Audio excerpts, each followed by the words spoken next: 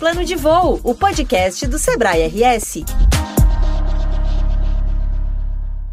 Olá, olá! Estamos de volta com mais um episódio do Plano de Voo, o podcast do Sebrae RS. Você já imaginou trabalhar em uma das maiores empresas do mundo e com um cargo alto? Parece um sonho, não é mesmo? Agora imagine você pedindo demissão deste emprego para começar a empreender. O que pode ser maluquice para muita gente foi a escolha do empreendedor Juliano Murlich. E esta é a história que vamos ouvir hoje aqui no Plano de Voo. Eu sou Alexandra Zanella, jornalista e empreendedora, e para conversar com o Juliano, eu convido Gustavo Moreira, especialista do Sebrae RS e professor de pós-graduação. Seja bem-vindo mais uma vez, Gustavo, ao Plano de Voo. Obrigado pelo convite mais uma vez, é sempre um prazer participar do Plano de Voo do Sebrae e um prazer maior ainda contar com o Juliano, né, que a gente já teve alguns projetos juntos aí em parceria com o Sebrae, é sempre um prazer ouvir as histórias, as boas histórias que ele tem para nos contar. Obrigado. Então já vamos chamar o Juliano para dar início a esse bate-papo. Eu, obviamente, estou curiosíssima, né, para ouvir essa história aí do Juliano. Seja bem-vindo ao Plano de Voo. Oi, Alexandra. Obrigado pelo convite, obrigado, Gustavo. Sempre um prazer compartilhar um pouco da minha história e um pouco da história da Trider para tentar o máximo possível aí encorajar outras pessoas, né, a cometer algumas loucuras na vida.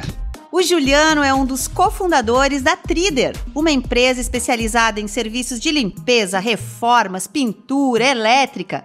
Mas ela não é uma empresa tradicional como as que estamos acostumados. A Trider funciona como um marketplace, unindo quem oferece esse tipo de serviço a quem precisa. E antes de a gente ouvir o Juliano, quero falar um pouquinho sobre o Plano de Voo. O nosso podcast é pensado para ajudar o empreendedor nas suas dores diárias. Sempre teremos aqui especialistas do Sebrae e nossos convidados especiais. Além do que, contaremos histórias que inspiram. Sabe aqueles negócios que fazem o coração dos empreendedores bater mais forte? Contaremos essas histórias.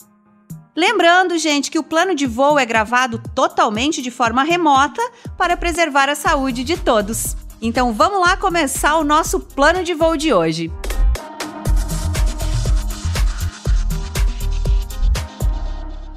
Juliano, te agradeço demais por ter aceitado o convite do Plano de Voo e já quero saber como é que foi a decisão de pedir demissão da Amazon, a marca mais valiosa do mundo, e começar a empreender?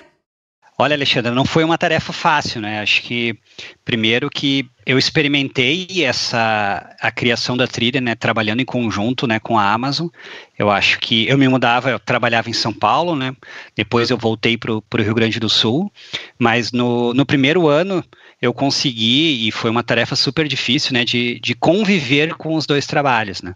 Então, aquele trabalho que a gente fala assim, vulgo meia-noite às 6 da manhã, né, era um pouco do que eu fazia, né? Então, eu tinha uma responsabilidade, eu liderava um time da Amazon no Brasil, eu tinha mais ou menos umas 16 pessoas no meu time, esse meu time ficava espalhado, né, pelo mundo inteiro, apesar de ser um time no Brasil, era um time global, que eu tinha que participar de projetos, enfim, Singapura, Chile, Estados Unidos, Europa, acabava tendo um compartilhamento, né, de recursos e projetos bem interessante, então eu tinha que ter uma dedicação, assim, bem interessante, assim, bem exclusiva, né, e quando eu voltava para casa, eu acabava voltando para a prancheta, né, junto com meus outros cofundadores, e a gente acabava discutindo aí muitas coisas, né, colocando em prática muitas decisões até altas horas da madrugada, né.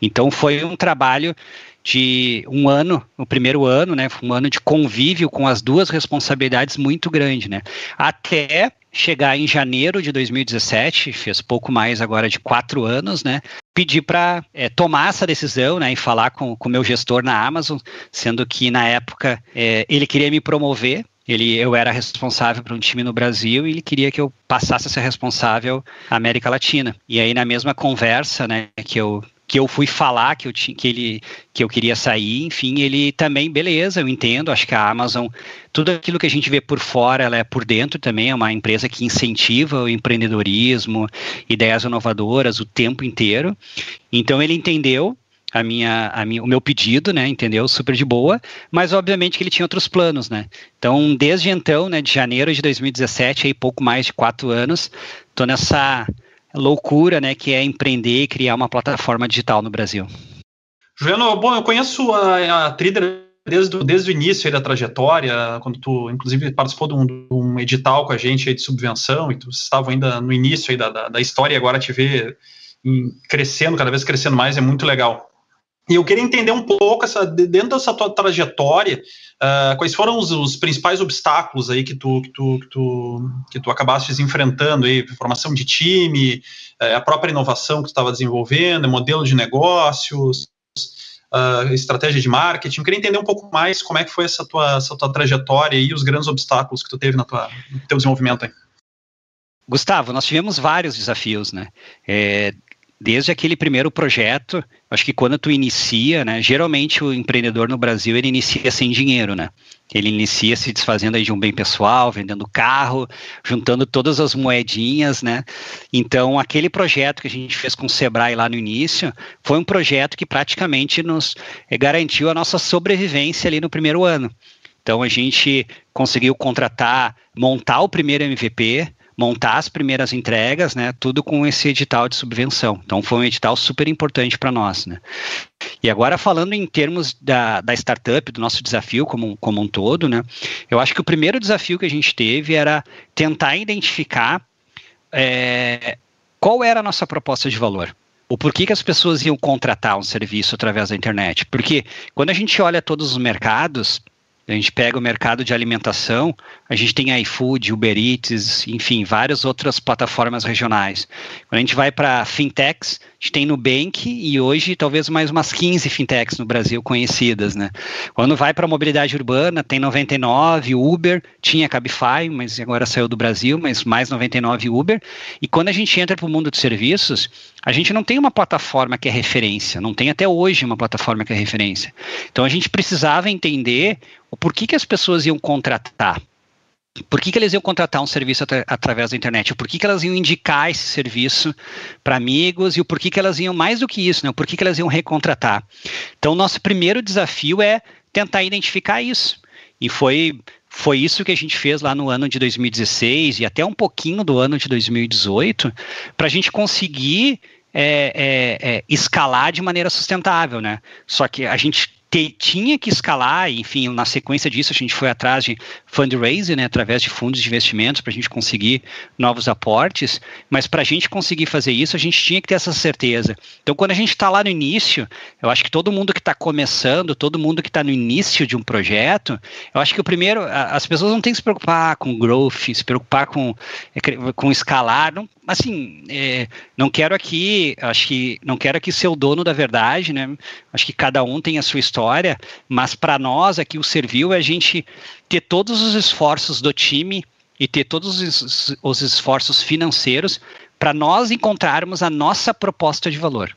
E eu acho que a gente conseguiu fazer isso, conseguiu entender porque o que ia nos diferenciar daqueles catálogos, né? Vocês devem lembrar que tem inúmeros catálogos na internet, aquele telelista amarela, né? Aquela lista telefônica amarela, né? Tem muita gente que simplesmente transportou isso para a internet. E na nossa convicção, isso não era suficiente. Porque quando tu ia nesses outros mercados que eu comentei antes, tu tinha uma experiência digital completa. E quando tu vai para o mundo de serviços, tu não tinha.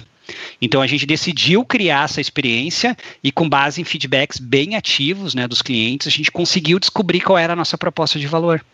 E a partir daí, a gente conseguiu uma rodada de investimentos aí de um fundo chamado Enai Ventures aqui de Porto Alegre, que conseguiu nos suportar aí por mais um tempão.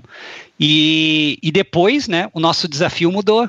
Nosso desafio era como escalar no Brasil, porque daí a gente tinha um produto que era super conhecido em Porto Alegre, região metropolitana, as pessoas contratavam, recontratavam, indicavam muitas vezes até sem usar, por ter ouvido falar, mas como é que a gente faz isso em outras praças? Como é que eu faço isso em São Paulo? Como é que eu faço isso em outros lugares, né? Como é que eu faço isso de maneira sustentável? Que é um pouco do nosso desafio, né? Então a gente começou a fazer esse escalonamento e é o que a gente vem fazendo até hoje, né? Hoje nós já estamos em 17 praças no total, acabamos de abrir em 3 cidades do Nordeste, né? Recife, Salvador, Fortaleza, Goiânia, Rio de Janeiro, São Paulo, enfim, várias cidades ao redor também de São Paulo, ali São Bernardo do Campo, Osasco, Guarulhos, eu nem lembro de todas, né, porque a gente está num plano bem agressivo, né. Então, eu quis contar todo esse contexto, porque eu vejo que quando a gente está criando algo novo, a gente tem que estar muito claro qual é o nosso objetivo da nossa fase. Porque não adianta tu pensar, obviamente tu tem que pensar em escalar, mas talvez não é a tua prioridade do momento. Tu tem que criar coisas pensando lá na frente, mas tu tem que começar de maneira pequena. E foi um pouco do que a gente fez. Então, a gente teve desafios diferentes e hoje a gente conseguiu escalar em algumas cidades e o nosso desafio hoje é outro. Nosso desafio hoje é time, contratação de pessoas, lideranças intermediárias, porque daí é tipo jogar videogame, né? Cada fase que a gente vai passando, a gente vai tendo dificuldades diferentes e, obviamente, elas vão aumentando de complexidade de maneira exponencial. Assim como tu tem um retorno exponencial, a complexidade ela também vai aumentando. O desafio que eu tinha lá, 2016, 2017, era um time pequeno de 10, 12 pessoas. Hoje a gente já está com um time de quase 120 pessoas. Então, o desafio é outro, os problemas, né, são outros. Eu tenho problemas hoje que eu nem imaginava ter naquela época. Juliano, para quem está nos ouvindo e que ainda não conhece a Trider, eu acho que é pouca gente que não conhece, né? Mas explica assim, em poucas palavras, o que a gente falou um pouquinho lá no início, né? Que atende serviço basicamente. Mas conta um pouquinho como que ela funciona. É uma plataforma? É pelo celular? Para quem ainda não conhece a Trider. É uma plataforma digital que hoje nós temos tanto a possibilidade de pedidos serem feitos através de um aplicativo, tanto Android quanto iOS, e também através de um website responsivo. Nós desenhamos um processo digital onde a pessoa acha profissionais, ela negocia, ela faz o pagamento e também qualquer tipo de atendimento pós-venda, assim, um profissional chega na tua casa e faz um serviço mal feito, tu tem condições de acionar a garantia desse serviço através da plataforma digital. Então, essa é a principal diferença nossa com relação aos outros concorrentes de mercado. A gente entende que a maioria dos concorrentes hoje eles estão muito focados em ser lista telefônica na internet. Então, simplesmente, o papel dele é te dar o número de um profissional.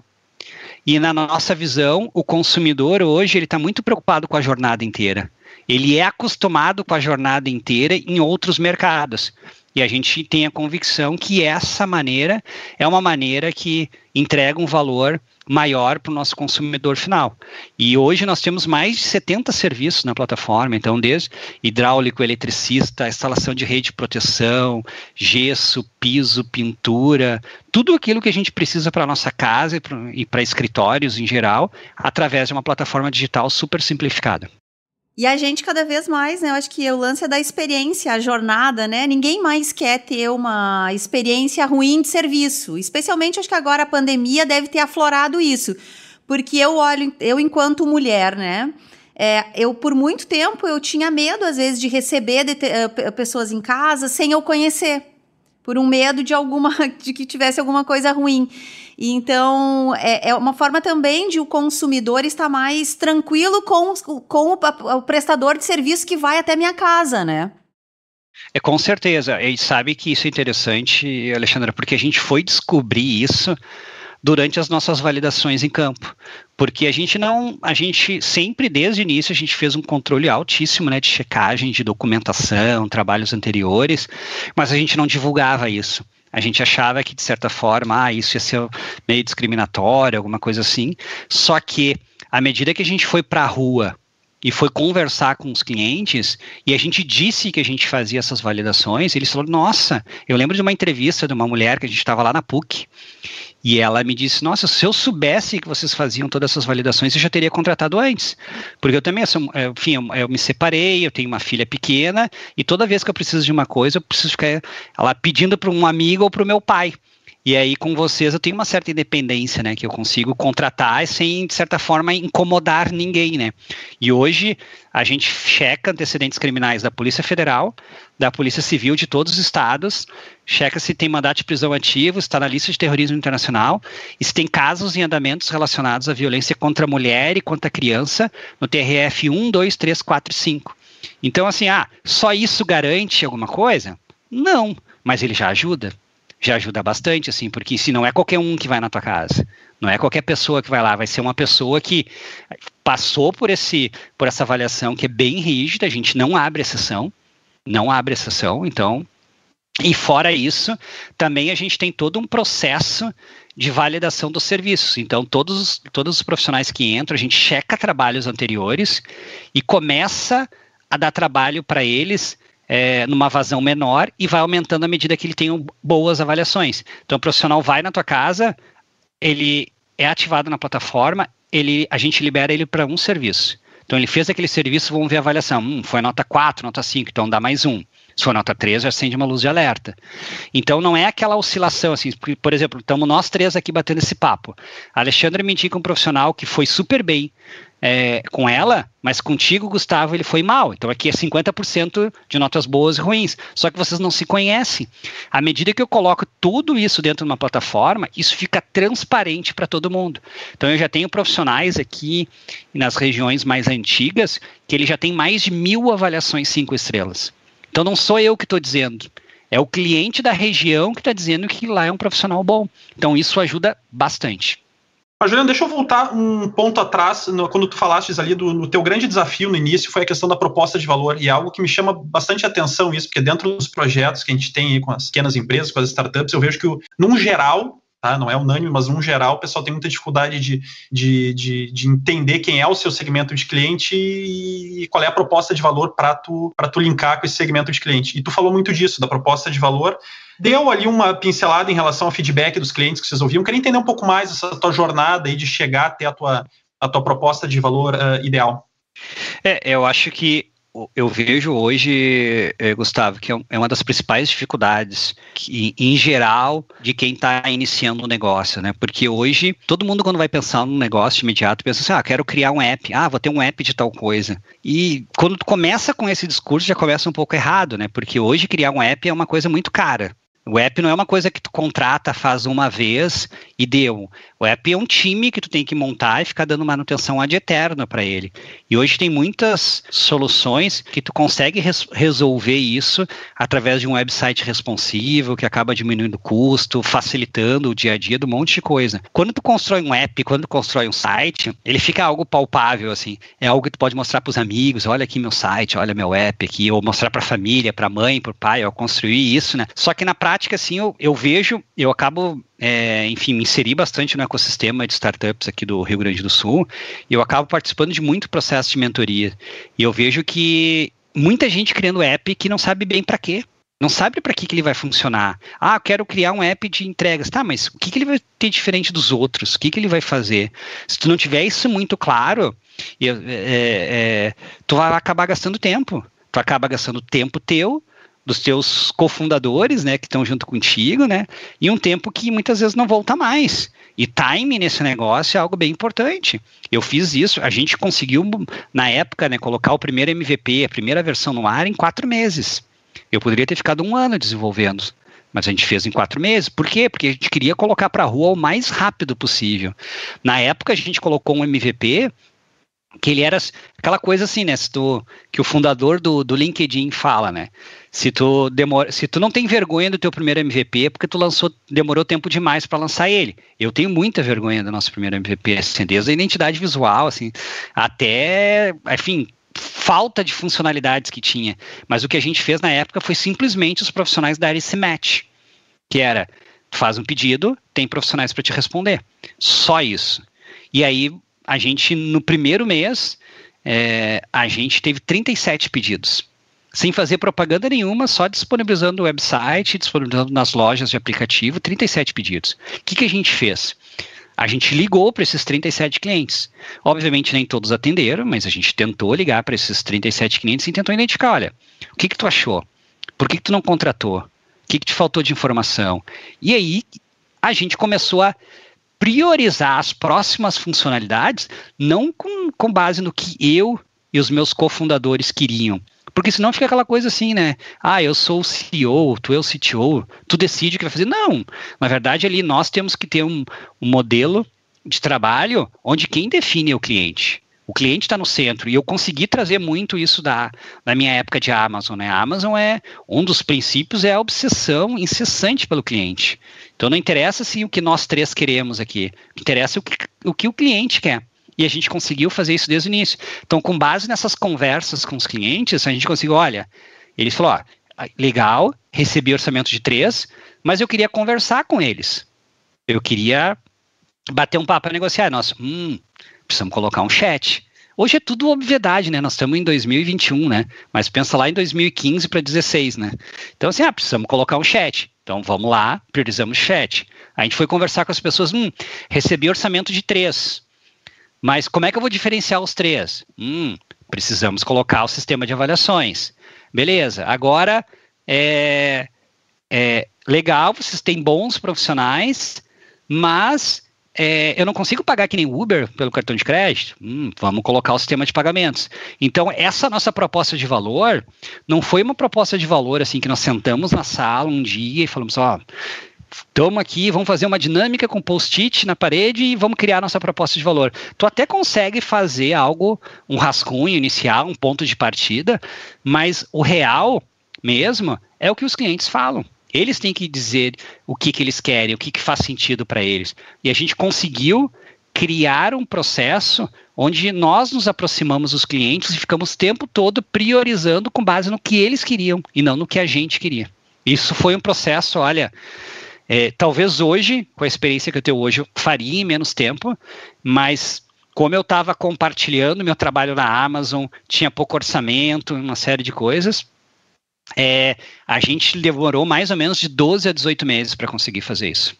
É a velha máxima de que o empreendedor precisa se apaixonar pelo problema e não pela ideia, né? Não se ficar maluco, apaixonado só pela ideia, porque a gente vai querer conduzir o negócio a partir do que a gente deseja e não a partir do que a gente vai entregar de fato. Vocês aplicaram muito bem aí.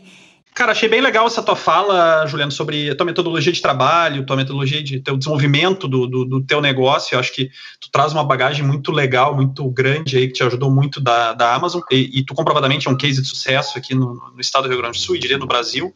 Mas eu queria entender um pouco, tu falou só de metodologias de trabalho que deram certo. Eu queria entender do teu lado onde tu errou, onde foram as tuas grandes falhas e que de alguma forma te atrapalharam aí no desenvolvimento do teu negócio. Bom, na verdade são várias falhas, né, que a gente tem ao longo do período, né. Acho que uma das, para mim, mais marcantes, assim, lá no início, há muito tempo atrás, eu contratei algumas pessoas de maneira equivocada. Então, acho que quando tu vai para uma startup, a gente tem que cuidar muito qual é o perfil das pessoas, né, porque que tu vai contratar, porque as primeiras, das primeiras contratações, 15, 20, 25 pessoas, são elas que vão determinar qual é a cultura que tu está criando na empresa.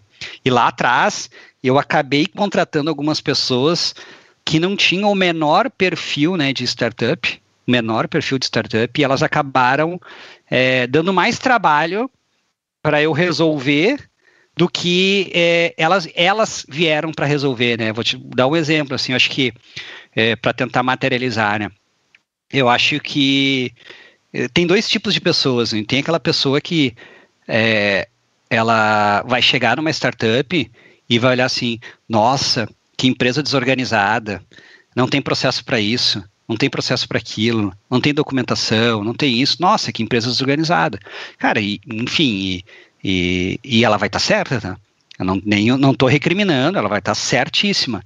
Só que tem outro tipo de pessoa que vai chegar aqui e vai falar, nossa, a empresa não tem processo para isso, não tem documentação, e vai falar, que legal, eu posso construir essas coisas, eu posso dar a minha cara para isso.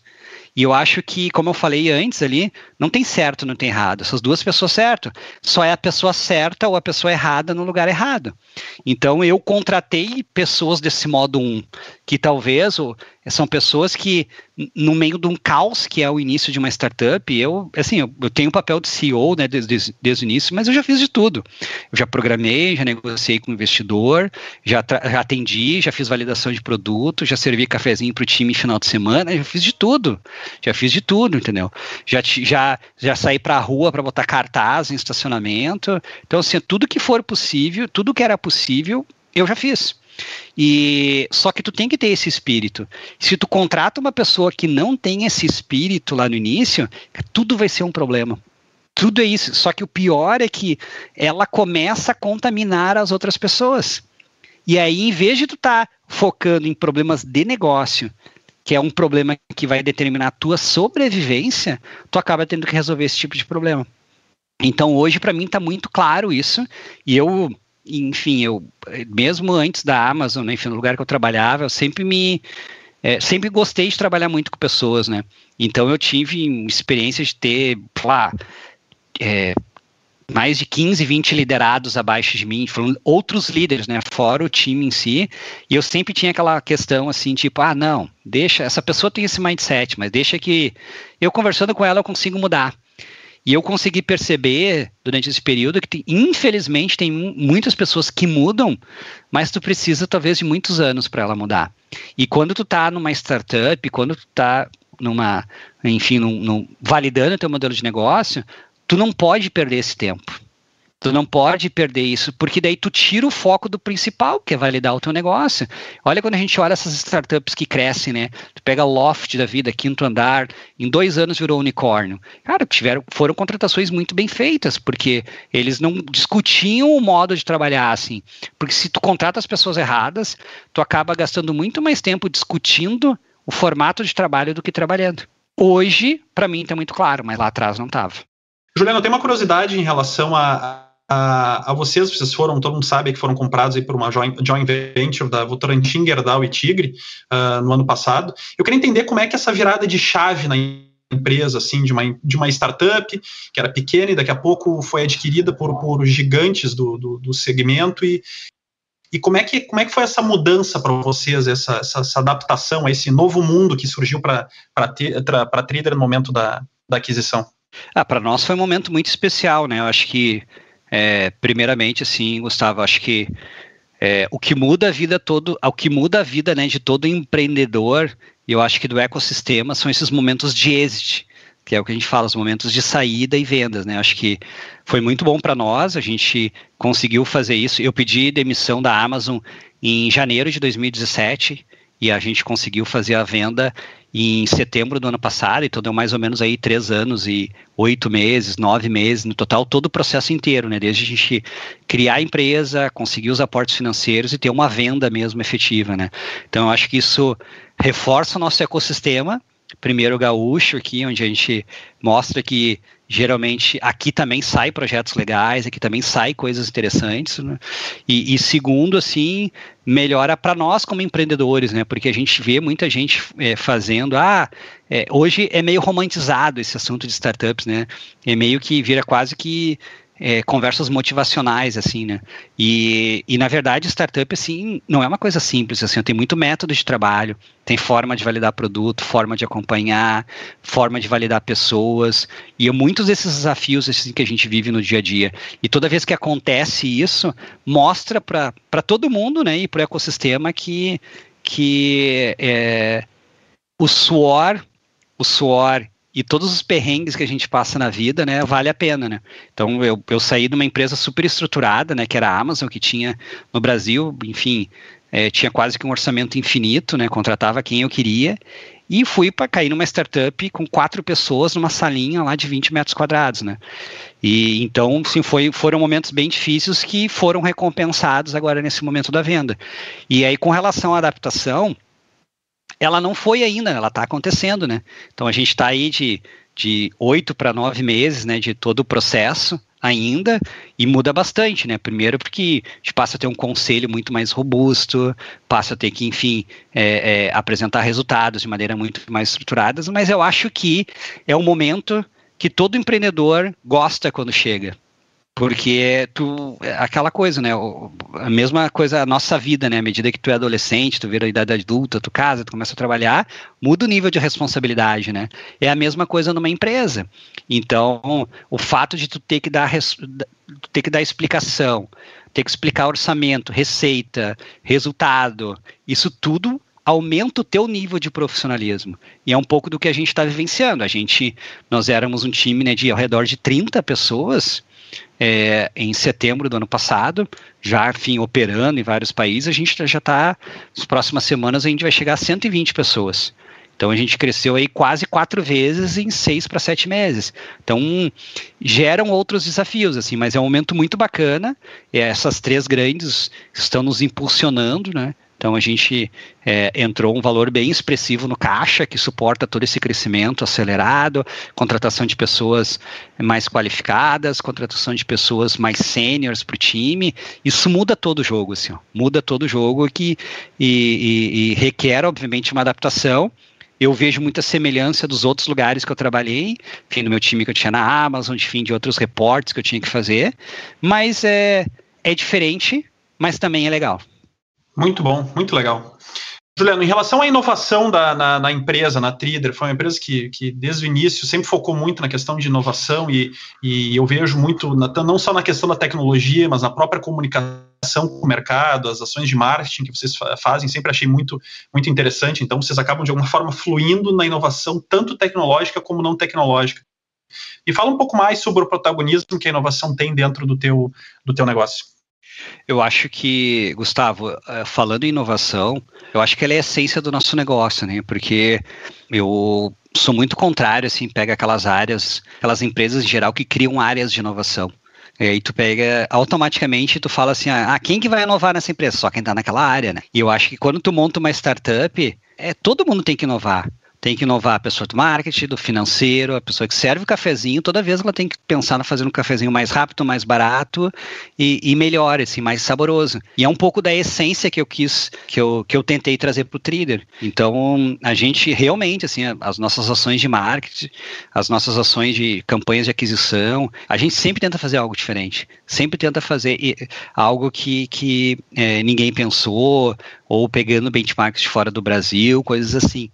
Porque a gente também tem um pensamento equivocado que inovar, eu preciso criar um outro Facebook, eu preciso inventar o algoritmo da NASA, preciso inventar um algoritmo que precisa ser patenteado.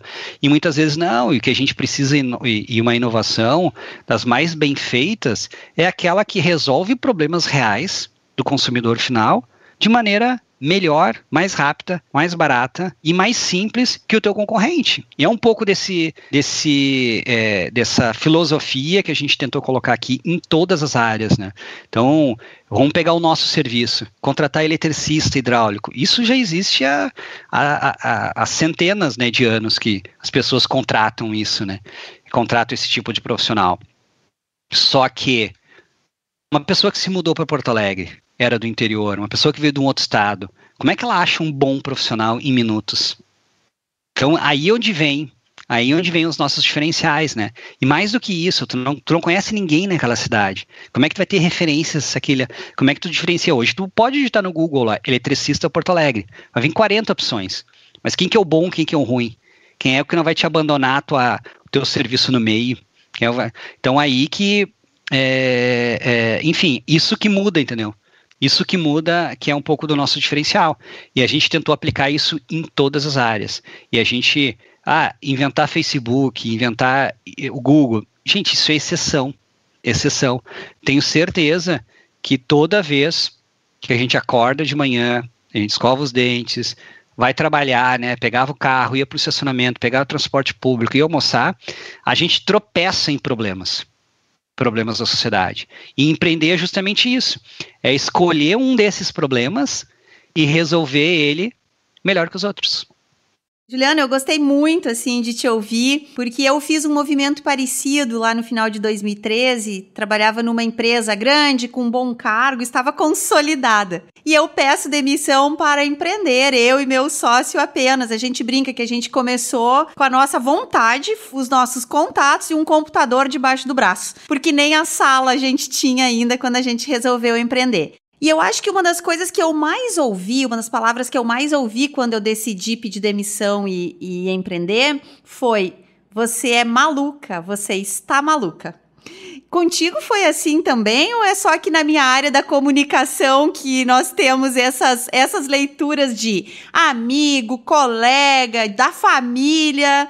Como é que foi a reação das pessoas perto de ti quando tu pediu demissão, gente, da Amazon? Olha, Alexandre, na verdade, eu não só vi naquela época que ouço até hoje. Então, eu acho que isso, quando a gente fala em empreender, quando a gente fala em criar um negócio novo, acho que a pessoa, não existe preparo, né? Eu acho que é que nem ser pai e mãe, assim. Por mais que tu converse com todo mundo, tu só vai saber a realidade à medida que tu é. E empreender, eu acho que é um pouco disso também, assim, tu ter aquela preocupação de ter todo o fluxo financeiro para pagar os funcionários, pagar todos os fornecedores, assim, é uma preocupação, assim, muito diferente, né, muito diferente mesmo, assim, porque aquela coisa não menosprezando quem trabalha, né, em empresas tradicionais, muito pelo contrário, tem um maior respeito, e eu acho que só é uma escolha de vida. Então, eu realmente, assim, eu estava super bem posicionado, eu estava partindo, né, para uma carreira internacional na Amazon, mas, ao mesmo tempo, eu criei, né, junto com os meus co-founders, a partir de uma necessidade pessoal, o Trider. E a gente viu que estava dando certo. Então, por mais que eu estava numa empresa super bacana, tinha uma oportunidade de trabalhar em projetos globais, de viajar com uma frequência grande para os Estados Unidos, só que chegou o momento que eu estava muito mais feliz trabalhando no Trider, construindo o meu próprio caminho, do que na Amazon. Então, isso é ruim? A Amazon era uma empresa ruim? Não, muito pelo contrário, já indiquei muitas pessoas, já ajudei em processos seletivos de muitos amigos a entrarem na Amazon, né? Porque, como eu já falei aqui, né, tudo aquilo que tu vê na Amazon por fora, ela é por dentro mesmo, assim, é uma empresa super bacana, é uma empresa super inovadora, que de fato reconhece nas pessoas um potencial muito grande. Mas, eu também fiz uma reflexão muito grande, né, e não é utopia, né, que eu vou falar, assim, mas eu acho que a vida é muito maior que o teu salário no final do mês. Então, tu pegar e obviamente, o conforto financeiro, ele te dá um conforto de curto prazo, né, mas o que eu tenho de pessoas que vêm bater papo comigo, que são super insatisfeitas nos trabalhos atuais, que não estão felizes no trabalho atual, mas têm a conta para pagar no final do mês. Então, assim, é uma questão de preparo, uma questão de organização, uma questão, assim, de pensamento de longo prazo. Então, eu comecei a empreender tarde, né? Eu comecei a empreender com 36 anos. Então, já era, enfim, executivo de bastante tempo aí em outras empresas, né? Além da Amazon. E eu percebi, se eu quero fazer uma virada de carreira nesse momento, tem que ser agora, porque talvez mais tarde eu sempre vou ter uma justificativa, Então, acabei tomando essa decisão e hoje não me arrependo. Eu vou dizer assim que eu passei bastante perrengue financeiro, passei bastante mesmo de ficar super no vermelho na pessoa física, para na pessoa jurídica tu tá no verde. Então, não foi uma, nem duas, nem três vezes, assim, que eu acordava, assim, eu não tenho zero problema de insônia, tá? Sempre fui uma pessoa de dormir bastante, inclusive. Mas já agora, enfim, nos últimos, em alguns meses, né, foi aquele momento, assim, de tu acordar no meio da madrugada, falei, gente, cara, eu não tenho todo o dinheiro para pagar as pessoas amanhã, o que eu vou fazer? Como é que eu faço isso? E demos um jeito, aí ficamos aí, sobrevivemos, tivemos apoio desse edital do Sebrae, que serve justamente para isso, tivemos aí um aporte de um fundo de investimentos, tivemos aporte de investidores anjos, e no final agora a gente teve essa aquisição, que foi uma aquisição assim, a gente não atraiu o interesse, né, de uma empresa pequena, a gente está falando de Tigre, Gerdau e Votorantim. Então a gente construiu, talvez num foco muito mais focado, né, muito mais organizado, conseguiu construir algo que eles não conseguiram. E é muito mais fácil, muito mais rápido para eles, né, comprar no mercado isso, né, do que gastar muitas vezes 2, 3 anos para fazer. Isso fora que talvez, né, numa empresa gigante, né, não é 2, 3 anos, é 4, 5, porque até tu se entender com todo mundo, quem faz o que ali, tu acaba gastando muito tempo, né, e a gente conseguiu fazer. Então, não foi um processo simples, né, de tomar essa decisão, mas hoje, né, é hoje que a gente acabou de ter esse evento de saída, talvez fique mais fácil para eu falar, mas se vocês forem procurar em material meu na internet, eu já falava isso antes desse evento de saída acontecer. Bom, depois dessa aula de empreendedorismo e para mim, né, Gustavo, de coragem, Eu só posso agradecer ao Juliano pelo teu tempo, Juliano, e também pela tua generosidade em contar essa história pra gente. E agradeço mais uma vez ao Gustavo Moreira, nosso especialista do Sebrae RS, pela participação no Plano de Voo. Bom, gente, obrigado aí pelo convite, participar no Plano de Voo. Sempre um prazer participar dos projetos Sebrae. É uma entidade que sempre esteve muito presente aqui comigo desde os meus primeiros passos aqui do empreendedorismo. E é muito feliz agora, depois de ter passado aí 4, 5 anos da minha jornada, e poder estar contribuindo um pouco com outras pessoas que talvez estejam no estágio que eu estava lá atrás. Gente, obrigado mais uma vez aí pelo convite. Juliano, obrigado pela fala. Não digo nem fala, foi uma aula que tu deste para nós aqui nesse podcast. Então, obrigado mais uma vez aí e vamos manter o contato. Desejo sucesso aí para ti na sequência aí dos teus negócios. E, Alexandra, obrigado mais uma vez. Este foi o podcast Plano de Voo do Sebrae RS. Neste episódio, conversamos com o Juliano Murlik, o empreendedor que pediu demissão da Amazon para abrir uma empresa inovadora em Porto Alegre. E se você gostou do tema deste episódio, temos um conteúdo relacionado no site do Sebrae RS. Nossa indicação de hoje é o curso Identidade Empreendedora. Nele, você terá uma visão crítica em relação à capacidade de empreender segundo seus traços de personalidade. O curso, que é gratuito, está disponível no site digital.sebrae-rs.com.br. Na caixinha de busca, pesquise por Identidade Empreendedora.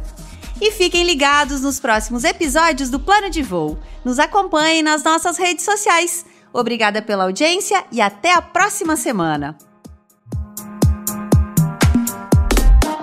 Plano de Voo, o podcast do Sebrae RS.